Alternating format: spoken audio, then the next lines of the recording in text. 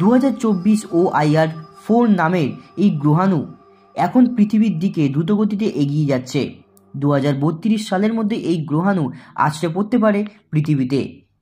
তবে বিজ্ঞানীরা জানিয়েছেন 97.9% সম্ভাবনা রয়েছে যে এই গ্রহাণু পৃথিবীর পাশ দিয়ে নিরাপদে বেরিয়ে যেতে পারে। তবে 2% খারাপ সম্ভাবনা রয়েছে। কিন্তু যদি এই গ্রহাণু আছড়ে পড়ে তবে তা ঘটতে পারে আগামী 2032 সালের 22শে ডিসেম্বর নাগাদ।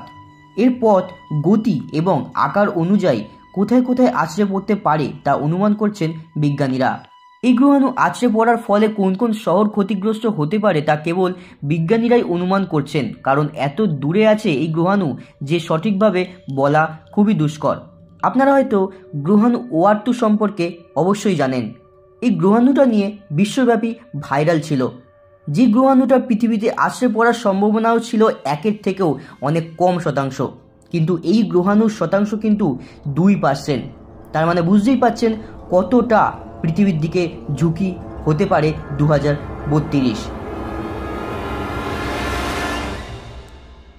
নাসার ক্যাটালিনা স্কাই সার্ভে প্রকল্পের বিজ্ঞানী ডেভিড রাস্কিন জানিয়েছেন গ্রহাণুটির জন্য একটি রিস্ক করিডর তৈরি করা হয়েছে, যেখানে পৃথিবীর বড় একটি অংশ রয়েছে।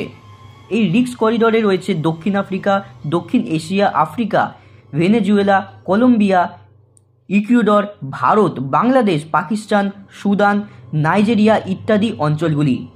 এর আগে 1908 সালে একই আকারের গ্রহাণু ডা টুংসুকা আছড়ে পড়েছিল সাইবেরিয়ায় এবং 830 বর্গকিমির জঙ্গল পুরো ভস্ম হয়ে গেছিল। তবে বিজ্ঞানীরা জানিয়েছেন এই গ্রহাণুর কক্ষপথ জেনে এটুকু বোঝা যায় যে এটি পৃথিবীতে আছড়ে পড়তে পারে, কিন্তু এর প্রভাব কতটা বিধ্বংসী হতে পারে সেটা বলা যায় না।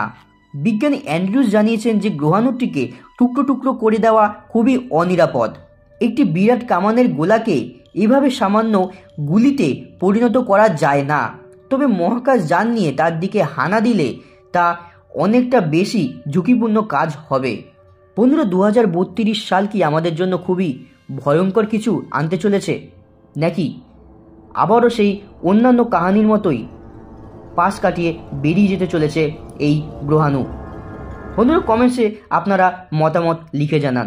ভিডিওটি ভালো লাগলে ভিডিওটি লাইক, কমেন্টস এবং শেয়ার করবেন এবং দেখা হবে পরবর্তী নতুন কোনো ভিডিওতে।